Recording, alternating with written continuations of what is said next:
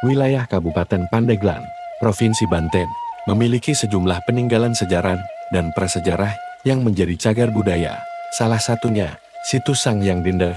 Berikut tempat prasejarah Situs Sangyang Dendek di Kecamatan Pulau Sari yang menjadi cagar budaya di Pandeglang. Dikutip dari buku database cagar budaya dan objek diduga cagar budaya di Kabupaten Pandeglang yang diterbitkan oleh Balai Pelestarian Cagar Budaya Banten, Kementerian Pendidikan dan Kebudayaan, tahun 2019. Situs Sangyang Dendek berada di Desa Sangyang Dendek, Kecamatan Pulau Sari, Kabupaten Pandeglang, Provinsi Banten. Situs Sangyang Dendek merupakan sebuah menhir yang berbentuk menyerupai manusia, terbuat dari batu andesit dengan pori-pori yang lebar dan kasar. Batu ini memiliki tinggi 95 cm dengan keliling badan 120 cm dan bulatan kepala 20 cm. Letaknya berada di pinggir jalan desa, sehingga mudah untuk dijangkau. Di sekitar batu Sangyang Dendek sudah dipasang pagar dan cungkup. Pemasangan pagar dan cungkup dimaksudkan untuk menjaga kondisi batu agar tetap dalam keadaan baik dan utuh. Batu Sangyang Dendek adalah hasil tinggalan tradisi megalitik yang dikenal dengan istilah Arca Polinesia.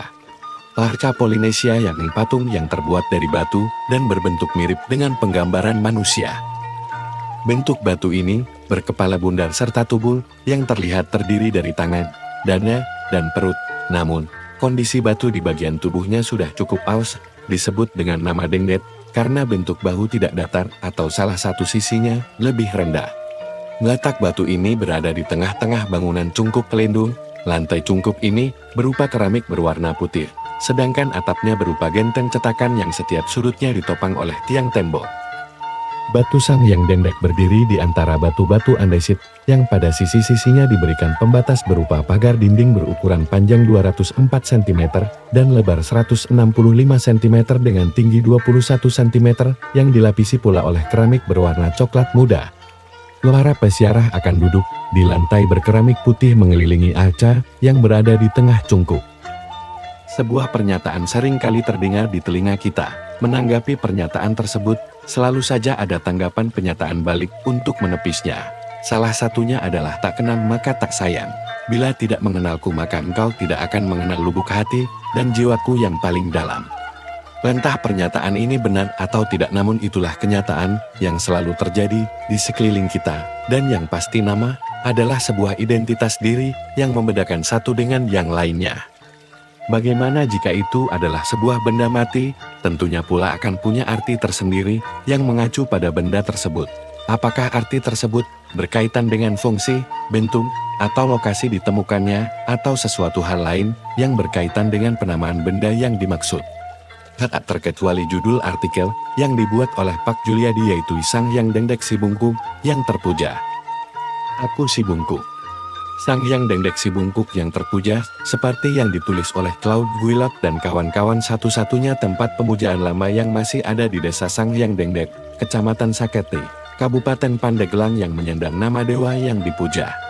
Seperti pada umumnya tempat pemujaan di Pulau Jawa bagian barat ini, objek pemujaan selalu ditempatkan di tempat tertinggi atau sebuah onggokan tanah, sehingga terbentuk bukit kecil yang lebih tinggi di sekitarnya.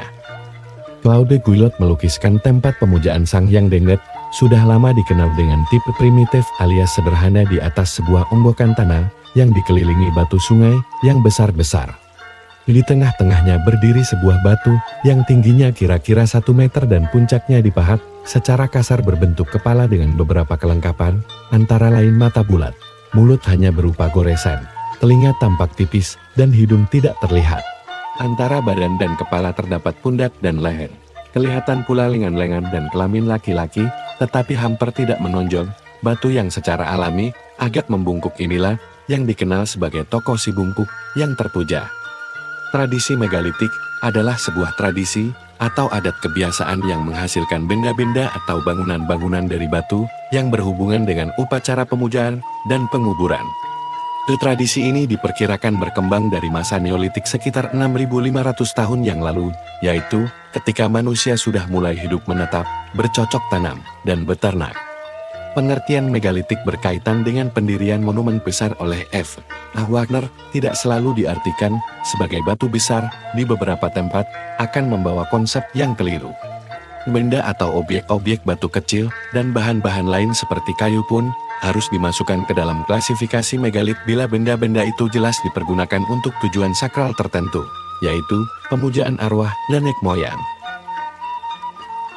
Yang pasti menurut F. Wagner, benda-benda dijadikan sebagai objek pemujaan tidak mesti berupa batu atau benda-benda yang berukuran besar. Dari mana asal tradisi megalitik tersebut?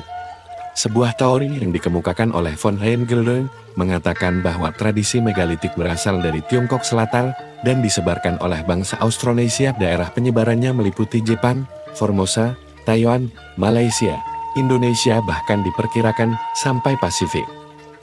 Ada pula yang mengatakan bahwa tradisi megalitik berasal dari Laut Tengah, termasuk pula dari daerah Mesir.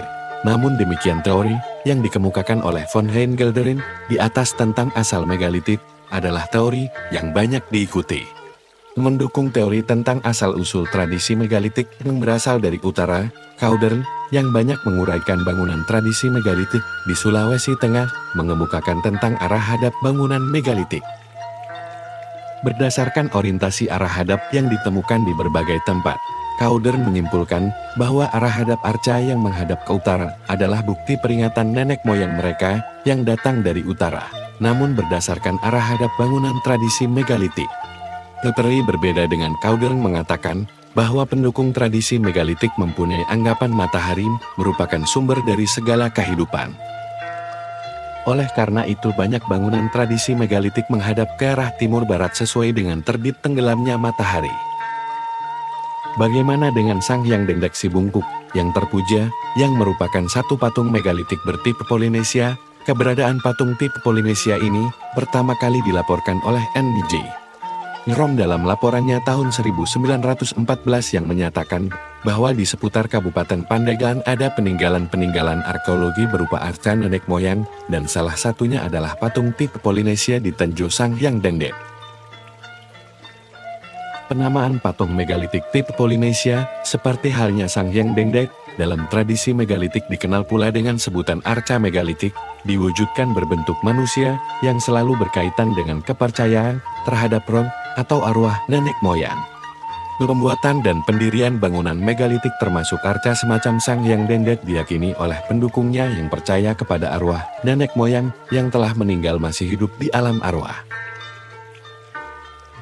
Dalam kepercayaan tersebut, mereka percaya arwah nenek moyang mempengaruhi kehidupan mereka, keamanan, kesuburan, kesehatan, dan lain-lain. Bagi mereka yang ditinggalkannya atau masih hidup sangat ditentukan oleh bagaimana perlakuan mereka terhadap arwah nenek moyang mereka yang telah meninggal. Perlakuan yang baik diharapkan akan mendapatkan perlindungan, sehingga terhindar dari segala mara bahaya. Demikian pula sebaliknya. Sang Hyang Dendek yang dibentuk sederhana dan primitif adalah personifikasi arwah yang dipuja oleh pendukung tradisi megalitik pada masanya. Sisi lain yang dapat diamati dari Sang Hyang Dendek adalah arat hadap dan letaknya yang berada di lereng Gunung Pulau Sari. Dalam masyarakat pendukung tradisi megalitik di Indonesia, selain pandangan yang dikemukakan sebelumnya di atas bahwa arah hadap bangunan megalitik yang mengarah ke utara berkaitan dengan asal tradisi megalitik yang berasal dari utara. Sedangkan arah hadap bangunan yang menghadap ke barat memiliki pandangan yang menganggap bahwa matahari adalah segala kehidupan berawal dari timur dan berakhir di barat. Namun demikian dalam kepercayaan masyarakat asli Nusantara, terdapat pandangan pensakralan terhadap puncak gunung tempat bersemayamnya arwah-arwah atau roh-roh nenek moyang dan penyembahan terhadap patung. Tampaknya konsep tentang arah hadap dan keberadaan Sang Hyang Dendek lebih mengarah kepada pandangan pensakralan terhadap puncak gunung dan penyembahan terhadap patung nenek moyang sebagai personifikasi arwah leluhur yang mereka puja. Tidak berlebihan dikatakan demikian, karena Gunung Pulau Sari itu sendiri dianggap sebagai gunung keramat, dan bahkan sesudah Banten pun mendapatkan pengaruh Islam, Gunung Pulau Sari tetap dianggap sebagai gunung keramat seperti yang disebutkan dalam Babad Banten. Kekeramatan Gunung Pulau Sari telah diyakini oleh masyarakat prasejarah dan ditunjuk sebagai gunung suci, tempat para arwah leluhur. Sang Hyang Dendek Si Bungkuk yang terpuja adalah salah satu bentuk tinggalan tradisi megalitik yang pernah hadir di Indonesia. Di seluruh wilayah Indonesia dikatakan pernah terpengaruh tradisi semacam ini, sehingga ada anggapan yang mengatakan bahwa tradisi megalitik adalah bentuk budaya asli bangsa Indonesia. Permujaan terhadap arwah pada tradisi megalitik di Indonesia begitu menonjol, dan hampir semua bangunan digunakan dalam usaha untuk mendekatkan diri kepada arwah nenek moyang. Begitu umumnya bangunan tradisi megalitik ini, berciri tersendiri sebagai suatu hasil karya nenek moyang yang ditunjang oleh struktur sosial, teknologi, seni, dan religi, sebagai contoh dalam setiap aktivitas yang berkaitan dengan tradisi megalitik yang diawali dari pembuatan, pendirian bangunan megalitik, dan pelaksanaan upacara tradisi megalitik muncul dengan sangat menonjol ciri-ciri kepribadian bangsa Indonesia, yaitu gotong royong yang dilandasi kesadaran dalam hidup bermasyarakat.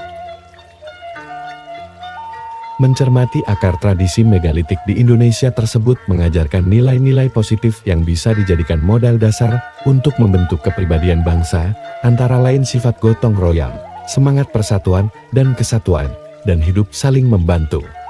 Maka benar apa yang dikatakan Edi Setiawati, bahwa jati diri bangsa ditunjang oleh rasa mandiri dan berakar karena memiliki riwayat masa lalu bersama yang unik beserta segala permasalahannya yang khas tahun 1993. Kesadaran sejarah bangsa membawa kepada rasa persatuan yang disebabkan oleh riwayat bersama yang memberikan landasan pula kepada cita-cita bersama untuk mencapai suatu masa depan yang merupakan kelanjutan dari masa lalu dan dipersiapkan di masa kini.